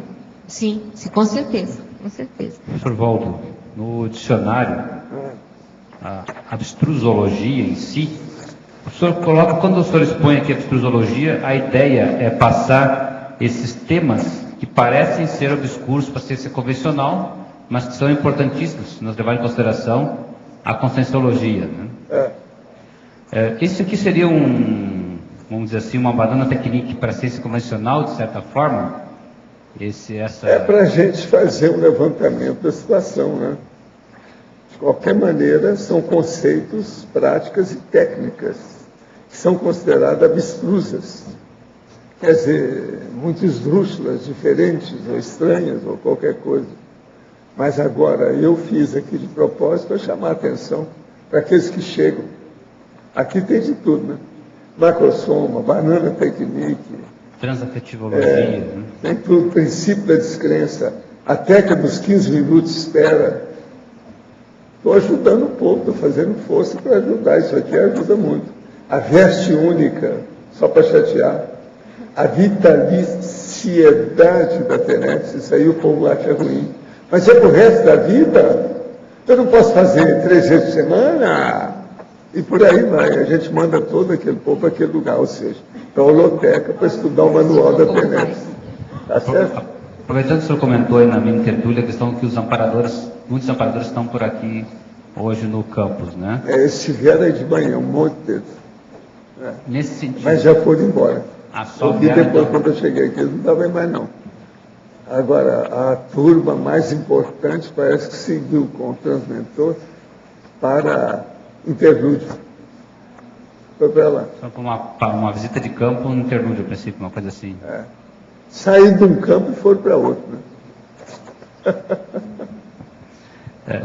A tendência natural nessas discussões, nessas desimissões linguochacrais, nesses colóquios ou essas conversas entre as consciências evoluídas, serem cada vez mais de temas desse tipo, temas que parecem para nós não tão importantes ou que não são nem entendíveis. Não, vocês agora já estão habituados com isso, já foi feita a massa crítica para entender isso aqui. Mas nós precisamos disso. Por exemplo, aversão aos democretinos politiqueiros. Essa é terrível, né? Democretinos. Está cheio disso agora. Agora, vocês notaram que o mensalão parece que está dando resultado. Estão condenando os caras. Agora, eu só quero ver se alguém vai para a cadeia mesmo. Porque senão eles vão falar que já prescreveu, que não sei o quê. Aí a gente dá, são os vacilões. Eu quero ver se eles vão continuar vacilões ou não. Vacilões do Supremo Tribunal Federal. Se vai para a cadeia... Como é que arranjou esse nome, vacilões? Não foi eu. Quanto tempo fica lá também, né? Porque às vezes não... Pois é. Precisa saber. Mas pelo menos já foi, né? Um político que foi, você sabe que foi até presidente da República por algum tempinho, né? Um dia ou 2, sei lá quanto, né? Esse, o João Paulo. Não é o João Paulo nosso, não, tá? É o outro, tá bom? Não tem nada a ver com ele, não. João Paulo Cunha, aquele. Ali também na complementação o senhor coloca, né? Sem controvérsia não existe o bom debate. Né? Sim. Então, nesse caso, o debate útil, o debate controvertido... O que é a controvérsia? A controvérsia mostra que o povo está pesquisando, está falando, fazendo heterocrítica. Não, eu não estou de acordo com isso. Então, a diferença, a lacunas de conhecimento em algum lugar. Isso é muito importante. É aí que a discussão é boa. A discussão é inevitável e necessária para a evolução em qualquer lugar. Eu mesmo falo, por exemplo, você está com o seu amparador, você não entendeu uma coisa, interpela ele. É a hora de fazer a dialética. Não pode deixar passar a oportunidade. Não adianta fazer cara de entendido e perder a oportunidade. Por isso que eu estou dizendo, sem controvérsia não existe um bom debate. Então, é passar a gargalologia. Somos cobaias recíprocas. Eu estou falando aqui. E outra coisa, dureza aqui é o seguinte: pósteros, verdadeiros juízes. Quem vai nos julgar são os pósteros da próxima vida, que são vocês mesmos, ressomados. Eu quero ver o que vocês vão falar de vocês na próxima vida. O que já falamos hoje, né? Então... Esses são os verdadeiros juízes. É o que eu estou falando. Quer dizer, você julgando você mesmo aqui. Entende? Isso aí é positivo. Na página 1, Patologia, a 7ª linha, poderia explicar o descontrole emocional expresso nas patologias laringochacrais?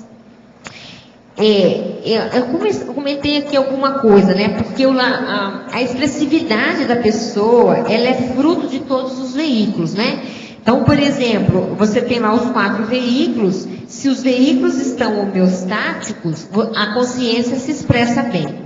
Mas vamos supor que não, que você tem um processo emocional ali sério em algum momento.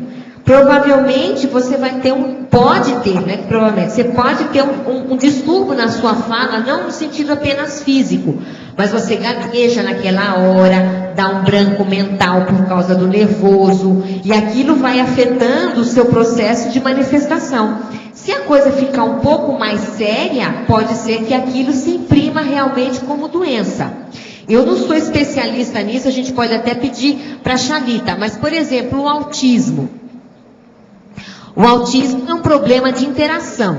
A consciência não interage mais com o mundo. Até que ponto isso não começou, às vezes, por um mini recalque? Uma espécie assim, tem o nome disso, fobia social. De escondimento, então, mas a fobia social pode ter um pouco de escondimento, não pode? Então a pessoa começa a se esconder, ela tem um pouquinho de fobia, de repente aquilo vai se enraizando, aí ela vai tendo medo de interagir com as pessoas, passa a vida, ela volta assim, aí ela sofre mais uma repressão, ela recua mais, ela se engana, ela não quer ver, chega um dia que ela perde contato com o mundo. Então essa coisa da interação, ela pode trazer a má interação, a não interação. Ah, tem som, gente? Sim, essa interação, ela pode trazer com o tempo problemas físicos, somáticos propriamente dito. Ou não, ou pode ser apenas naquele momento, deu um nervoso e você perdeu a fala. Aí também pode acontecer e é uma laringopatia, lingochacropatia, né? Uma dificuldade aí na expressão oral. Mabel, aqui na perfilologia... Aonde? A perfilologia. Tá. Você considera interessante a inclusão do fonoaudiólogo, hein? Você acha que você não... Poderia colocar, né? Um fono. Apreciar. Sim. Outra coisa aqui é na parafratologia, a 2ª linha, a não submissão à mordaça comunicacional imposta aos assediadores extrafísicos. Eu queria que você fizesse um contraponto em relação a isso. Há também a necessidade de silenciar, né? Por um lado, realmente você tem que calar. Por outro, você não pode calar. Então, contraponto com a necessidade interassistencial de silenciar, com o contraponto da não submissão à mordaça imposta pelos assediadores. Existem as duas condições mesmo, né, Cláudio? Agora, do ponto de vista do que eu abordei aqui, é assim, às vezes, os assediadores querem que os assuntos, os temas, eles fiquem camuflados. E aí, a transparência tem que vir à tona. E se a pessoa se submete ao medo de falar, ela se submeteu à mordaça comunicacional e ela não fala, ela não põe o dedo da ferida, enfim, ela não enfrenta a situação, o que não é o ideal. É a ideia que eu quis passar aqui. A própria ditadura, ela é assim, né? A ditadura, ela é a repressão entre várias coisas, a repressão da comunicação, porque é uma maneira de você manter o status quo dominante, né? Então tem esse lado. O outro lado que o Cláudio, que você está trazendo é a hora que você não deve falar. A hora que você precisa se calar. E aí o que faz esse contraponto é o discernimento da pessoa naquela hora. Provavelmente se a pessoa ela é muito impulsiva e ela tem tendência a falar demais, ela vai ter que ter mais cuidado justamente nisso, tá? De não falar. O problema dela não é falar, o problema dela é não falar. E aí tem a ver com esse crescendo que a gente colocou aqui, ó. O crescendo, impetuosidade, arrependimento, retratações pessoais. Então aí a pessoa, ela deveria ter ficado calada, ela não calou-se, e aí ela foi impetuosa, ela se arrependeu, e aí já é hora de retratar, porque a interprisão kármica já foi efetivada. Então você tem razão, a gente tem que olhar um lado, mas a gente também não pode esquecer o problema do discernimento de não falar nada, né? No momento que não é para falar. Muito bom. Agora, essa questão, quando a pessoa fala e ela avança, ela enfrenta os assediadores, a maior beneficiada é ela, né? Não, ela e todo mundo, mas né? Ela primeiro. Ela é a primeira, porque ela ganha autoconfiança, em primeiro lugar. Segundo, ela recebe a heteroconfiança da equipe extrafísica, porque ela se posicionou naquela hora, ela defendeu a cosmoética, vamos dizer assim, que é uma defesa da cosmoética naquele momento. Então, é claro que ela é a primeira beneficiada, mas o grupo também se beneficia, os amparadores se beneficiam, e por aí vai. Professor Waldo, só trazendo novamente o tema da minha tertúlia para cá, o senhor comentou que eles tiveram, o transmentor, o elenco, a extrafísica esteve aqui, e nós estávamos discutindo pela manhã as questões relativas ao nosso próximo curso intermissivo, né? Essa ideia de discutir esse assunto foi, como o senhor comentou, uma ideia que estava no Lopensene, o transmentor comentou alguma dessas questões. De forma geral, o principal contexto é a nossa reflexão em cima disso, a avaliação desse processo multidimensional e a preparação para o só é a preparação, né? O processo é o planejamento. Você começar a pensar no assunto já, vamos dizer, totalmente envolvido com aquele trabalho assistencial que você vai fazer na intermissão. Isso é importantíssimo. Talvez seja a maior recomendação que ele já deu aqui para a turma toda. Entende? Até agora. Como é que a gente faz isso, professor? Por exemplo, hoje começa... É você começar a esquecer o seu egão e pensar nos outros que você está assistindo aqui. Lembrando que existem pessoas que você deixou para trás e que você tem que ir atrás agora. Você vai fazer assistência para elas. Todos esses são baratrosferenses, quer dizer, são residentes de baratrosfera por aí afora que ficaram para trás. Como vocês melhoraram, é a hora de voltar a Penates para assistir o que for esquecido, para não deixar o negócio ficar assim mal parado, sendo que vocês têm oportunidade, têm gabarito, têm talento atualmente para manter o equilíbrio e fazer a interassistencialidade. Agora, então, do ponto de vista prático, hoje, o caminho é minimizar o ego e pensar nos outros. Então, por exemplo, eu estava falando, vocês têm que dar valor para o voluntariado, vocês estão aprendendo a ver como é que faz isso. Agora, extrafisicamente, essa interassistencialidade, ela vai ser muito mais sofisticada, mais complexa. E outra coisa, são pessoas com quem vocês tiveram contato. Elas vão reconhecer vocês, vão ver. Então, cada um aqui vai ser um líder interassistencial. E cada um tem que ter autoconsciencialidade desse cargo, dessa função, dessa incumbência. Entende? Que é muito sério. Eu nunca falei desse assunto aqui. Isso aqui está nos meus temas pendentes para falar, mas ele chegou para você, é hoje. Vamos falar nisso aí. Então, vocês já estão preparados para isso. A minha turma aqui, da CCCI, a turma que já tem um pouco mais de lucidez sobre esse assunto. É a massa crítica que já foi criada. Entende? É o nosso próximo curso intermissivo, onde a gente vai... mas esquece o curso intermissivo. Não foi isso que eu falei, não. É a intermissão assistencial sua.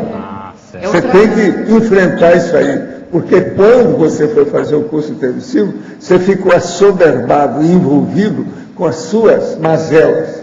Não teve tempo de olhar isso, não. Você deixou para trás. É igual uma pessoa que saiu de casa e deixou um rombo desse tamanho atrás. dependentes, uma opção de coisas, já não olhou o que foi. A maioria aqui fez isso. Então você, não, salve-se quem puder. Já que eu posso fazer o curso, então eu preciso fazer. Então, já que eu posso renascer para ver o que eu vou fazer, eu vou nessa. Não deu tempo de estar pensando. Agora não. Vocês vão voltar tenazes, vão pensar. Não fica pensando que os amparadores não sabiam disso. Eles sabiam. Mas tinha que fazer a gradação, a dosificação do processo da reciclagem evolutiva. Isso é reciclagem evolutiva. Então agora é a hora. Chegou o momento. Vocês têm que começar a pensar que vocês deixaram para trás. Isso é para melhorar a ficha de todo mundo aqui. Entende? E outra coisa, o jeito que ele falou, praticamente aqui é sem exceção, né? Todo mundo, né? Se desenvolver nessa. Se diz que está consciente disso. Valdo, hoje você falou que tem pessoas que vão ficar mais ou menos na intermissão. Pois é, agora, vai depender desse trabalho, porque o trabalho é de uma assistência grupal, mas ele já é com base policármica. Então, veja, é um trabalho sério. E outra coisa, isso está dentro da Reurbex, é a reorganização. São pessoas que não vão ser transmigradas. Nós não vamos ser, eles também não vão ser. Mas eles precisam de ser recuperados, recapturados, entende? Para cá. A gente vai fazer esse trabalho, né? De evitar que eles sejam transmigrados. Agora, então vocês têm que começar a pensar como é a ressoma do outro. Como é a necessidade do outro. Como é, você tem que perguntar para você, como é que eu reagi com isso? E como é que eles estão reagindo? Como é que eu devo entender a condição dele? Coloque-se na posição dele. Professor Valdo, qual é a relação de tudo que o senhor falou hoje, né, com aquele conceito que o senhor trouxe da autopotencialização? O senhor lembra desse conceito? Sim. Que é da gente fortalecer o ego da gente para passar por cima do grupo cardíaco. Mas é isso que nós estamos fazendo esse tempo todo. Nós estamos fortalecendo isso é fundamental para chegar nesse... É fundamental esse... A conscienciologia é isso. Ela ajuda o intermissivista, ela fortalece, ela potencializa. Agora, nós estamos falando agora, é o próximo passo evolutivo do intermissivista, conscienciólogo, epicom aqui. Já está supondo que ele já está fortalecido, já está potencializado. Tem que enfrentar essa nova realidade, um novo patamar evolutivo. Gente, isso é de uma, vamos dizer, inteligência, pertinência e oportunidade prioritária impressionante. Pensa bem, é super sério isso aí. Já estão marcados. Pois é. Pensem bem. Para agora, vê, isso é um óbvio. Pensa bem que você vai ver a lógica de tudo isso.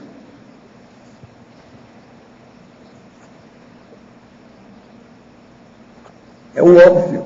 Não tem saída. Mas o que você queria mais? É que, na minha opinião, a minha ideia é que isso aí seria muito mais gradual, vamos dizer assim, né? A gente... Não, isso é gradual. Tem um século nessa história. Não, tem um século, no mínimo, para cada um aqui. Você quer mais graduação que dar um século de prazo para os pés quebrados?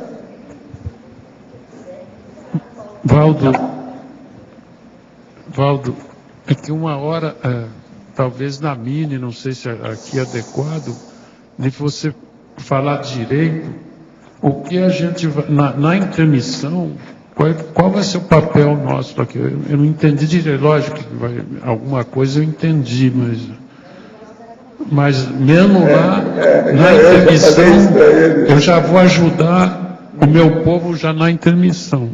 Vocês vão ajudar pessoas que estão numa condição intraconsciencial inferior à de vocês. Então vocês não têm por onde reclamar.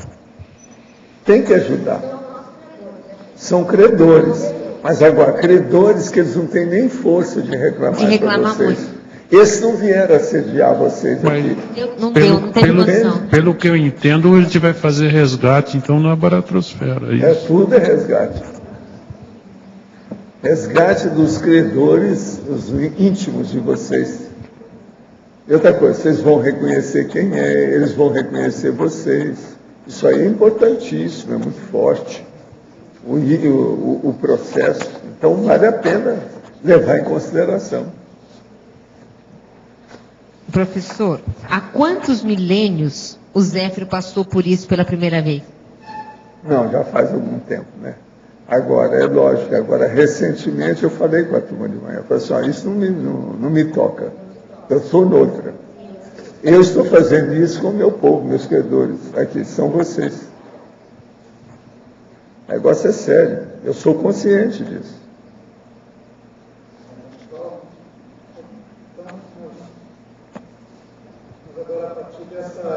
Então, nós vamos inaugurar, digamos assim, um ciclo, né, de ressarcimentos extrafísicos e intrafísicos. Vamos ressomar com esse povo e passar por permissão e ficar... Agora, veja, eu falei claramente de manhã, falei assim, ó, eu não estou nessa, não. Agora eu pergunto a vocês, quem é aqui que também não esteja nessa? Eu acho difícil. A maioria está. Você já está encerrando esse ciclo, nós vamos abrir esse ciclo. Fazer isso. Vocês olhem o que eu estou fazendo, que vocês têm que fazer isso lá. O que o Zéfiro fazia era isso. Vocês agora vão entrar nisso. A maioria aqui não teve muito tempo, era tanto egoísmo dentro da cabeça, que não tinha muito tempo de pensar em povo do passado, nem nada disso não. Então agora vocês têm que voltar a penas. Chegou a hora de pensar nisso. Pois é. Agora não tem saída. Agora, professor, de manhã, o senhor falou também de mini-proex, que algumas pessoas vão... Pois Como é que é isso? Por exemplo, uma mini-proex é uma pessoa que, às vezes, ela arranjou a equipe dela. Na equipe, então, ela destacou aí, por exemplo, aí, 16 elementos. Esses 16 vão ressomar. Então, ela começou a pensar, se eu ressomar no meio deles e influir até uma determinada idade, eu posso continuar minha assistência intrafisicamente. Isso é infiltração pura. Então, é infiltração total, é o que eu expliquei. Agora, a infiltração com mini-proex, né? O processo todo é esse. Agora, gente, isso aí tem tanta coisa para vocês examinar. Agora, o ideal é daqui para frente vocês começarem a anotar tudo e ver o que é que ficou obscuro, para clarear cada vez mais a cabeça. Para vocês, quando dessomarem, estarem totalmente convictos do que vão fazer. Convictos, conscientes e sem tergiversar. Entende? Então, o processo de autoconvicção é muito sério aí no caso. Professor, a gente pode aí inferir, pensar que o número de infiltrados vai aumentar no meio do nosso, né? Porque a gente vai ter que entrar... Pois é, mas há muito processo de assistência à baratosfera, tudo tem infiltração. É o processo de resgate, né? Não, mas eu digo, depois, na próxima vida, na nossa ressoma, pode ser também que a gente... Agora, eu falei uma coisa também séria, é o seguinte, o mais importante não é você ficar preocupado com a dessoma. A coisa mais importante é você ficar preocupado com a pós-dessoma. Entende? Todo mundo aqui devia começar a pensar nisso. Então, outra coisa, como é que está a sua Mega GESCOM? Se vê isso, a Mega GESCOM, você vai casar com essa ideia. Como é que fica isso? Como é que fica? Daqui. Essa vida tem que começar agora, claro. Seria mais... por que a equipe veio e saiu tão rápido? Assim? Uma manhã só veio... Arritmia, taquirritmia. Tudo é taquirritmia. Você esqueceu disso. Ele ficou aqui várias horas. Várias horas, porque a hora que eu subi era 8 e pouco. Ele ficou mais ou menos até 11, tanto que eu vi que ele não estava aí. Ele ficou mais de 3 horas aí. Isso é raro. Agora, veja, vocês lembram que eu achava o máximo, porque ele falou um dia que viria aqui depois que eu viesse para Foz. Aí eu já veio várias vezes. Hoje foi mais um dia. Hoje é um dia que eu tenho que guardar lá, anotar a data. A coisa é séria. Agora, o que impressionou também é quando o senhor comentou que diversos amparadores estavam aí prestigiando. Não, é a turma da para-evencologia da Mabel. Uma boa parte daquele povo todo estava aí. Se fizesse a chamada, todo mundo ia falar presente. Entende? Mas é que eles aproveitam o transmitor, é sempre assim. Então, o link maior foi o fato do transmitor estar realmente aí e poder aproveitar para a interação, as discussões, as análises. Né? O senhor já conseguiu fazer alguma hipótese por que eles vieram aqui? Não, é o normal, né? Chegou porque está na hora, está maduro, vocês estão no ponto. Eu ia falar nisso oportunamente, mas não sabia quando. O senhor falou que podia ser... Chegou, hoje. Vamos lá, então vamos lá. Eles sabem, tem muita coisa que eu tenho assim, desenvolvimento, que eles sabem o que eu estou fazendo. Muita coisa foi ele mesmo que deu a sugestão. Isso aí é coisa dele. Ele quer preparar o trabalho dele de evoluciólogo, ele não é bobo. Está calçando o serviço dele oportuno. Mas muito vivo. Está vendo a coisa. Agora, estudo, é claro, dentro da Reurbex. Está bem claro lá dentro. Fator da Reurbex, serviço da Reurbex, empreendedorismo da Reurbex. O senhor comentou também do Hércules, né? O Hércules, nesse contexto de... ele estava aí, eu vi alguns assim, rápido. Eu vi o Hércules, eu vi o rapaz, lá o para inversor, eu vi a chinesinha, eu vi o Magister, o Tuareg estava aí, a Rose Gardner estava com eles aí, estava junto com ele, o enumerador.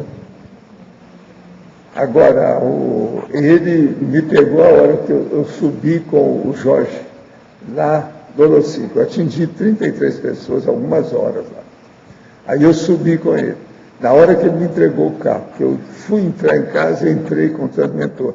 Aí o povo tudo ficou para fora. Só nós dois. Ele falou assim, não, eu hoje vai fazer isso. Então, eu já vim com as ideias todas para vir para cá. Foi aí que eu peguei meu papel, meus papéis, minhas pastas aqui, isso aqui, para trazer.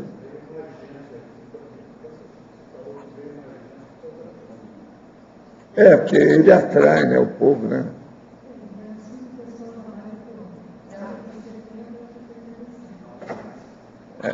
Hoje de manhã foram 74 pessoas, agora aqui em cima tinha 78 pessoas.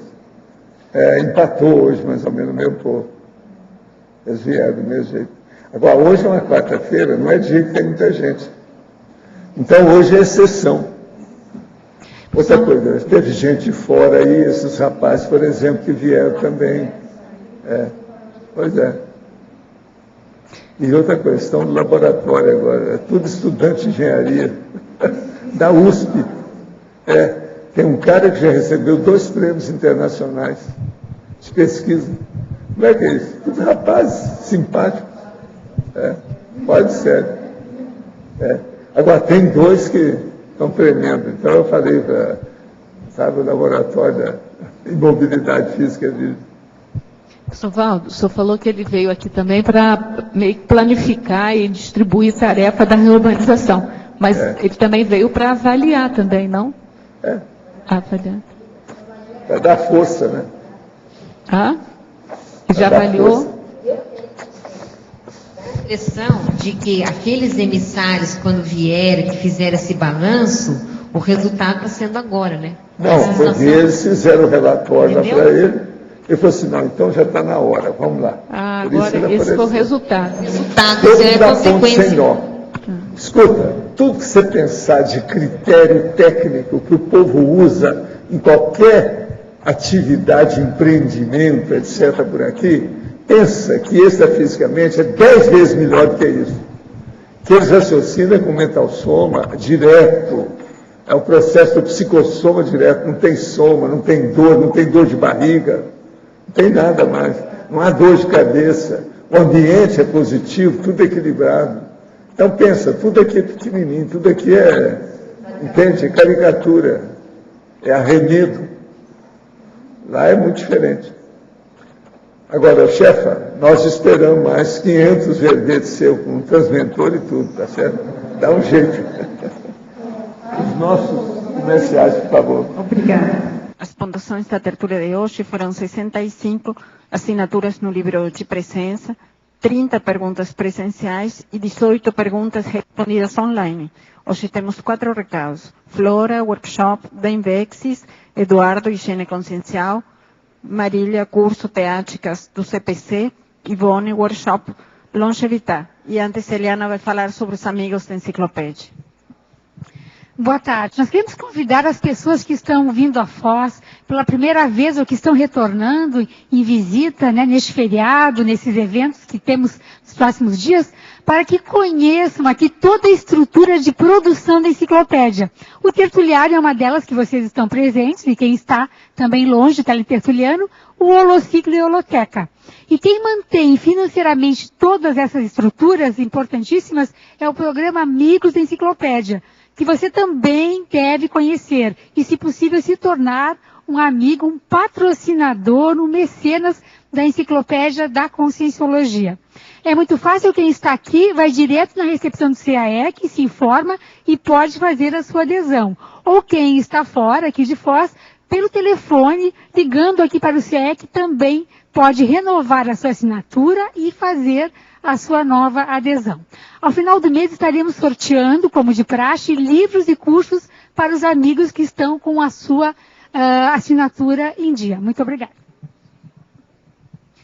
Boa tarde a todos. A Sinvex, em parceria com a EC, convida a todos para o workshop sobre Invex, que ocorrerá hoje, das 19 às 22 horas, no campus da OIC. Esse evento, ele faz parte da 5ª Semana da Saúde Holossomática da Cognópolis, realizada pela OIC. O workshop de Invex é um evento gratuito que visa explicar os conceitos da Invex e fazer atividades práticas de max planejamento de vida. Então, quem tiver interesse, inversores, reciclantes ou pessoas que não aplicam técnica de vida nenhuma, estão convidados a participar desse evento. Ok? Das 19 às 22 horas hoje no campus da OIC. Obrigada.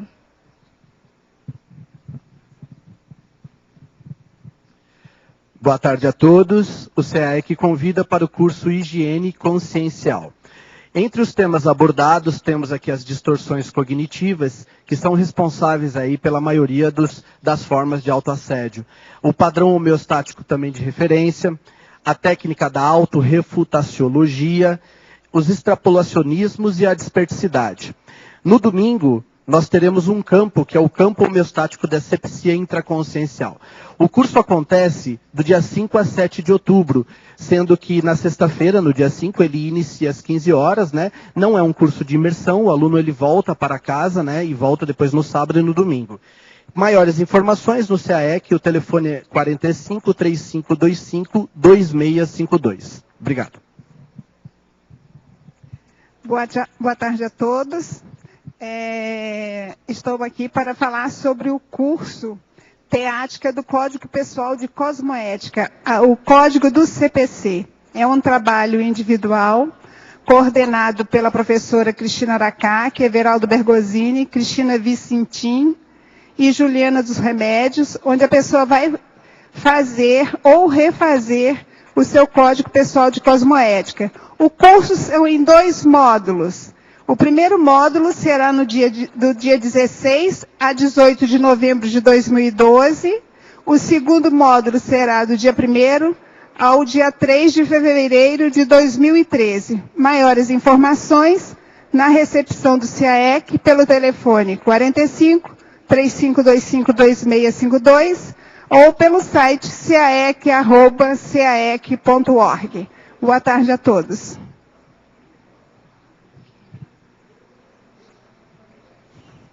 Pessoal, amanhã é o grande dia, o dia do workshop sobre longevologia na CCCI. Dia 6 de setembro, às 15 horas, no auditório CAEC. Venha nos ajudar, debater, sugerir, opinar e concretizar os nossos objetivos. Esperamos por vocês.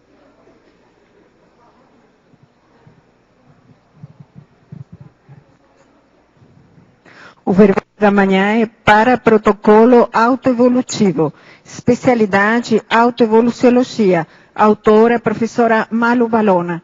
Obrigada, boa tarde a todos.